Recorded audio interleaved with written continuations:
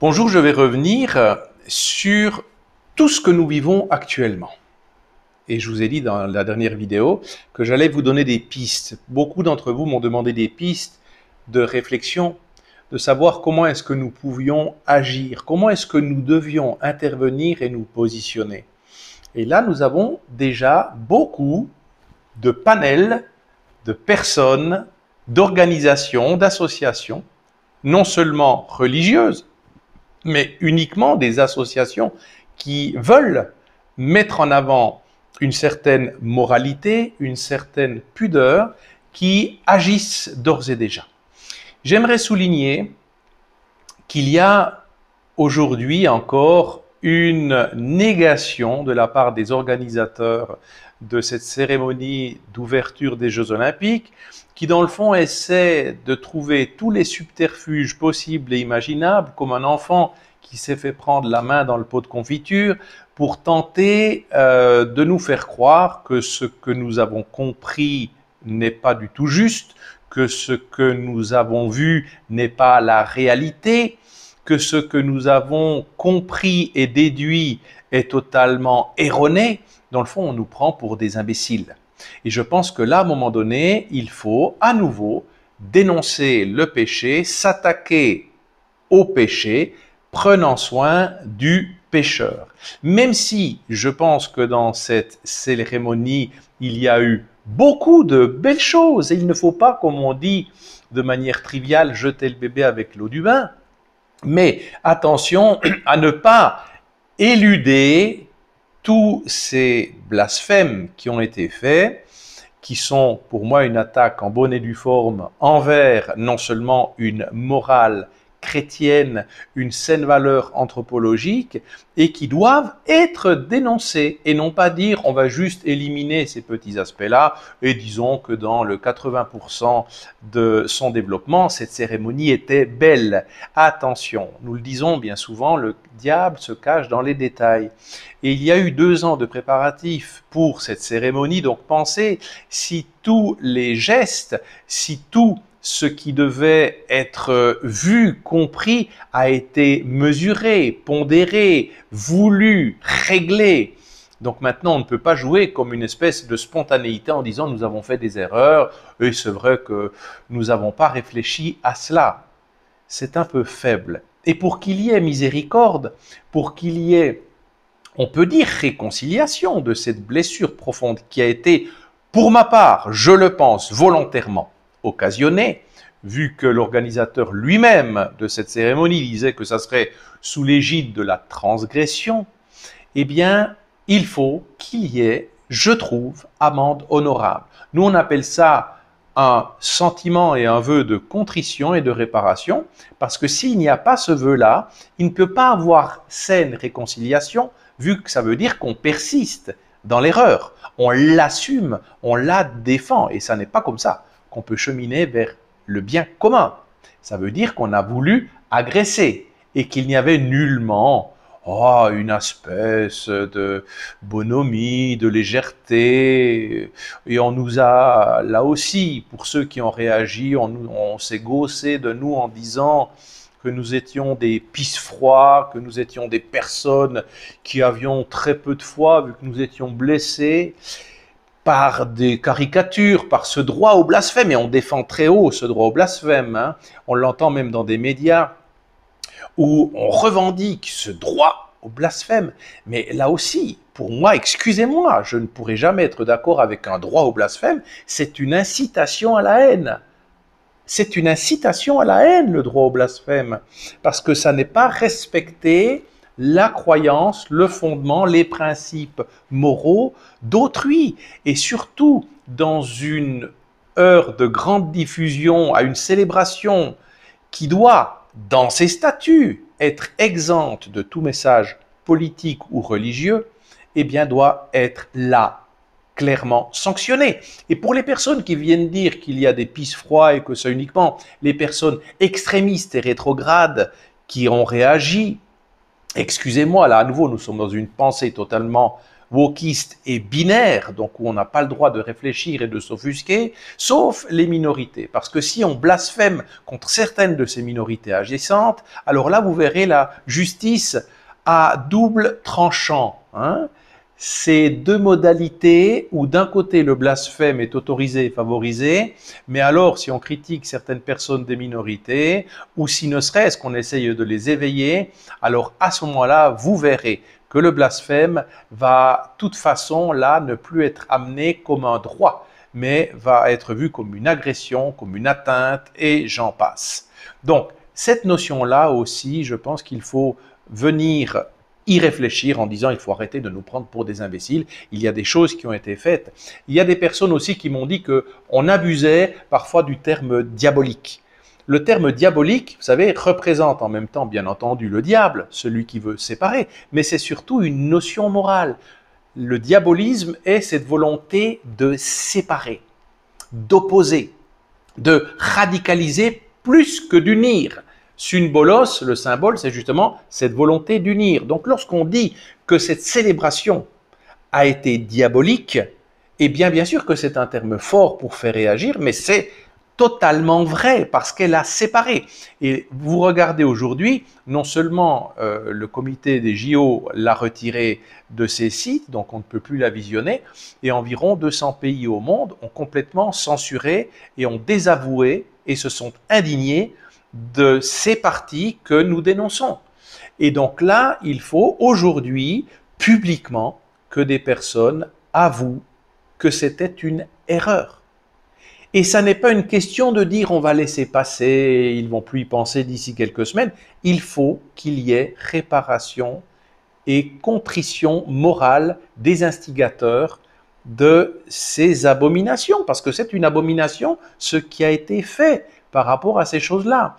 Et quand on vient dire, oui mais attendez, vous n'avez pas d'humour, sachez aussi que bien souvent, le pseudo-ironisme et le pseudo-humour est en fait une agression absolument terrible, parce qu'il vous est peut-être arrivé, et vous avez peut-être eu affaire à des manipulateurs qui vont essayer de vous piquer très profondément, et puis lorsque vous réagissez, on va dire « mais tu n'as pas d'humour ». Tu n'as pas d'humour. Et sous ce terme, en fait, de l'humour, c'est encore vouloir vous rendre plus bêtes qu'ils ne sont, vous manipuler encore davantage. Dans le fond, c'est vous priver de toute réaction saine et légitime. L'humour, oui, j'aime beaucoup rire et tous les jours, mais on ne rit pas de tout. On ne rit pas de n'importe quoi.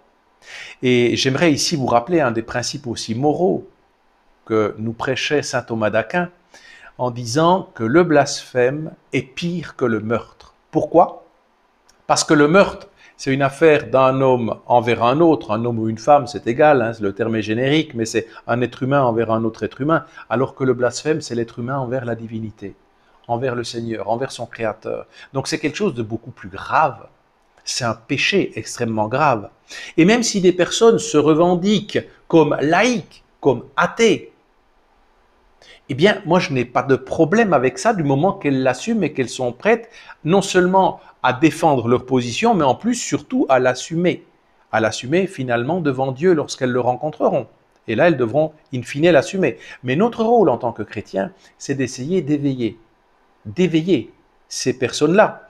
Et si ces personnes-là essaient de dégoûter, essaient d'utiliser le sujet, le symbole religieux, pour le retourner contre quelque chose d'anti-religieux, d'anti-moral, eh bien ces personnes-là sont des personnes mal intentionnées. Parce que, qu'elles ne croient pas en Dieu, libre à elles. Libre à elles, nous avons été créés libres comme le Seigneur. Et le libre arbitre est à ce prix-là, au prix même de se perdre et de se retourner contre Dieu. Par contre, pourquoi avoir la perversité, la malignité d'utiliser un symbole religieux et de le pervertir? De le pervertir aux yeux du monde entier pour de l'humour, pour de la légèreté. Mais je pense que ça, là aussi, ce serait nous prendre véritablement pour des personnes de peu de réflexion. Il y avait une volonté là de désavouer la religion, de la marginaliser. et in fine de blesser, parce qu'il savait très bien que des personnes seraient profondément blessées. Alors si le droit au blasphème, c'est de blesser l'autre, alors je pense que notre système moral et politique est là aussi gravement, très gravement malade. Dans certaines personnes qui me disaient comment réagir, là aussi réagir, il faut. Nous sommes obligés de réagir et de prendre les armes de l'évangile, les armes de la raison, les armes de la foi. C'est normal, car nul ne dit mot consent. Et s'il y a eu autant d'indignation, eh bien je pense qu'aujourd'hui ça veut dire que nous aussi, chacune et chacun d'entre nous, devons, à notre propre échelon, réagir. Des personnes m'ont dit comment réagir. Alors il y a des chapelets de réparation qui se sont organisés, c'est bien. Mais c'est une facette de réparation. Prier, c'est bien. Demander l'intercession pour la conversion, c'est bien. Mais il y a aussi la correction fraternelle, la correction directe, d'éveiller la conscience. Et laissons le bénéfice du doute à ceux qui ont été à l'origine de tous ces blasphèmes. Laissons le bénéfice du doute qu'ils pensaient vraiment faire de l'humour. Eh bien, on doit leur dire, en fait, votre humour est quelque chose d'immoral, de déplacé, de blasphématoire, de blessant, et je vais même plus loin, d'incitation à la haine. Parce que si on ne permet pas qu'une personne dise son indignation et qu'on se moque, qu'on se gausse d'elle parce qu'elle ose dire qu'elle a été blessée, eh bien, on va automatiquement déclencher en elle une volonté de révolte, une volonté de colère. Et c'est pourquoi nous devons, en tant que croyants, en tant que personnes de bonne volonté, il suffit non seulement d'être religieux, mais de bonne volonté, de bonne logique, de dire vous êtes allé trop loin. Et là, il faut qu'il y ait réparation. Vous pouvez rester sur vos positions, vous pouvez continuer à être incroyant, à être athée, ce que vous voulez. Mais dites, je ne devais pas blesser autrui. Je ne devais pas utiliser tel et tel symbole. Je ne devais pas me moquer de la foi, du fondement même, de tout le sens de la vie de certaines personnes croyantes. Et là, on a touché des millions, voire des milliards de personnes. Donc là, c'est une chose qui est très importante. Nous devons réagir. Nul ne dit mot consent. Et par plusieurs biais. Personnellement, j'ai contacté plusieurs évêques. J'ai contacté des associations. J'ai contacté le frère Paul Adrien pour également réussir et trouver des pistes ensemble pour pouvoir signer aussi des pétitions. Ça doit remonter. Pour éclairer. Ça n'est pas pour faire une manifestation, pour être odieux envers les personnes qui ont été à l'origine de toute la création de ces spectacles. Mais c'est pour les faire réfléchir et pour surtout instaurer des garde-fous et non pas qu'ils reconduisent l'exercice. Parce que de seulement prier, et je dis bien, c'est déjà très très bien, mais de seulement prier et puis de dire on les laisse se perdre, c'est également un manque de charité fraternelle envers ces personnes qui auront à répondre de leurs actes.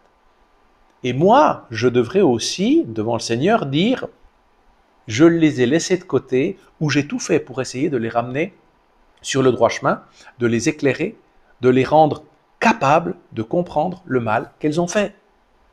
J'entendais des personnes aussi qui disaient oui mais attention de surréagir, on n'aimerait pas qu'on arrive à nouveau à une église totalitaire, à une église prédominante, mais nous en sommes à des années-lumière.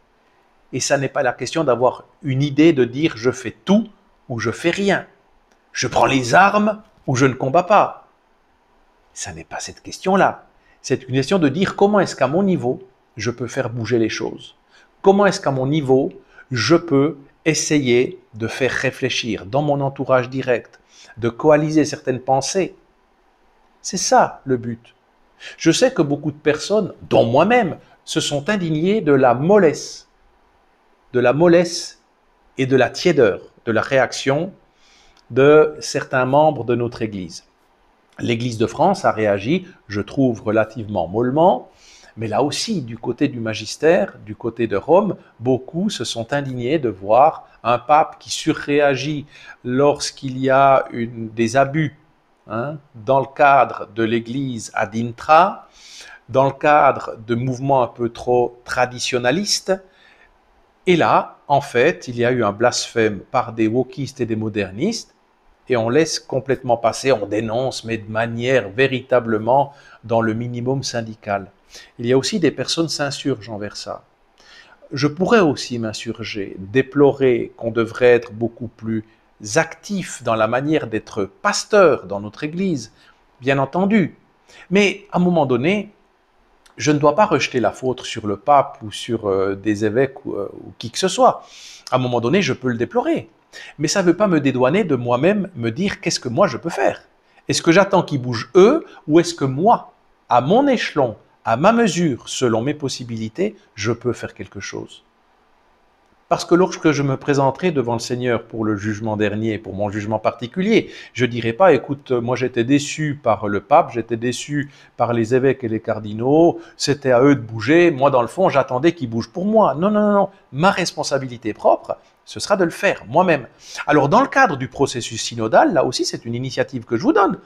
On nous dit, et c'était vraiment la volonté là, du pape, de donner la parole à chacun pour essayer de voir comment est-ce que l'Église peut aujourd'hui faire entendre encore davantage l'Évangile dans ce monde? Eh bien, là aussi, prenez votre plume, essayez d'organiser des groupes de rencontres, des groupes où vous allez signer ensemble des lettres de réflexion, peut-être même des lettres d'indignation que vous souhaitez que la parole de l'Église se fasse entendre de manière plus prégnante, plus forte.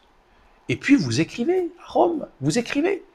Ce sera en même temps une contribution que vous faites pour ne pas se laisser dédouaner par une inaction. Et je pense que ça, aujourd'hui, c'est très important. Cet aspect-là doit être mis en avant. Et là aussi, j'aimerais dire que dans cette célébration de cérémonie d'ouverture des Jeux Olympiques, on a voulu jouer la transgression, ils s'en revendiquent de la transgression, et puis ils se disent qu'ils ont voulu jouer l'inclusion. Mais en jouant une inclusion avec une minorité de personnes, et on voit, c'était des personnes qui étaient vraiment minoritaires, c'était une toute petite minorité qui représente non pas notre société, mais une toute petite minorité. Mais en voulant mettre ces personnes-là dans des tableaux en plus sacrés, symboliquement très forts, eh bien, en voulant inclure ces minorités et vouloir jouer la diversité, en fait, on a exclu des millions, voire des milliards de personnes. Volontaires ou involontaires? Je vous laisse la réflexion. Pour ma part, j'ai mon idée. Mais, quelques petits points de réflexion qui là aussi sont très importants. Je vous invite à relire le 2e chapitre du livre de la sagesse qui parle bien de ce que nous vivons. Et vous verrez, dans ce livre de la sagesse, on nous explique comment être sage. Eh bien, vous verrez qu'être sage, c'est agir à ma mesure et ne pas attendre que mon voisin agisse, que ma voisine agisse, que le responsable agisse. Mais au nom de mon baptême, qu'est-ce que je peux faire, moi, chaque jour? J'aimerais encore conclure avec 2 citations que vous trouvez dans le livre des Éphésiens. Éphésiens 5, 6. Que personne ne vous trompe par des paroles sans fondement, car c'est pour cela que la colère de Dieu vient sur ces rebelles. Voyez, on essaie de nous faire voir que ces symboles peuvent être réactualisés, etc. Dans le fond, on essaie vraiment de déconstruire. C'est une déconstruction, le wokisme. C'est un déracinement de valeurs anthropologiques et chrétiennes et religieuses. Et donc, ce non-sens-là doit susciter, si on écoute ce texte-là, ou devrait susciter la colère de Dieu. Donc il s'expose à devoir assumer un jugement de Dieu. J'ai pas envie de cela pour eux. Aimer son ennemi, aimer son prochain comme soi-même, c'est dire, même si toi tu ne crois pas, même si tu t'es moqué de moi, je me dois de te faire réfléchir sur l'erreur que tu as commise. Pour savoir si tu l'as vraiment commise par erreur, par inadvertance, par bêtise, ou s'il y avait une réelle réflexion, une réelle provocation. Et s'il y avait ça, tu dois te repentir pour ton propre salut, et peut-être même si tu ne crois pas, pour l'importance que tu avais dans le mandat que tu as reçu, dans cette charge d'organisation d'une célébration qui devait être areligieuse, apolitique, et qui devait parler au monde entier alors que tu as exclu une bonne partie de ce monde par des propos diffamatoires et transgressifs, et des comportements et des images, et j'en passe. Deuxième citation. N'ayez rien en commun avec les œuvres stériles des ténèbres, mais dénoncez-les. Donc, ne pas faire, laisser faire, laisser dire, se laisser battre, c'est la politique de l'autruche, c'est la politique du lâche, c'est la politique du faible. Donc, le rôle du prophète, le rôle du disciple, le rôle de l'apôtre, c'est de prêcher dans le monde une parole qui n'est pas du monde. C'est de continuer envers et contre tout, de manière à persévérer, à éveiller les consciences. Et ce sera déjà énorme. À l'instar de la petite Bernadette Soubirous, redire « Je ne suis pas responsable de vous faire croire, je suis responsable de vous le dire ». Mais il y a un tas de personnes qui se sont senties indignées, qui se sont senties blessées. Et pour ces personnes-là, qui peut-être, elles, véritablement se sentent trop petites pour prendre la parole, on ne doit pas les laisser être stigmatisées et être blessées. On doit respecter la foi, la croyance, la transcendance, la divinité. Et c'est de notre responsabilité, à vous et à moi, chacune et chacun selon ses propres moyens, d'agir. Bien sûr, déplorons que ceux qui portent la responsabilité ne le font pas, mais ça n'est pas une excuse pour rester nous-mêmes inactifs. Que celui qui a des oreilles entende.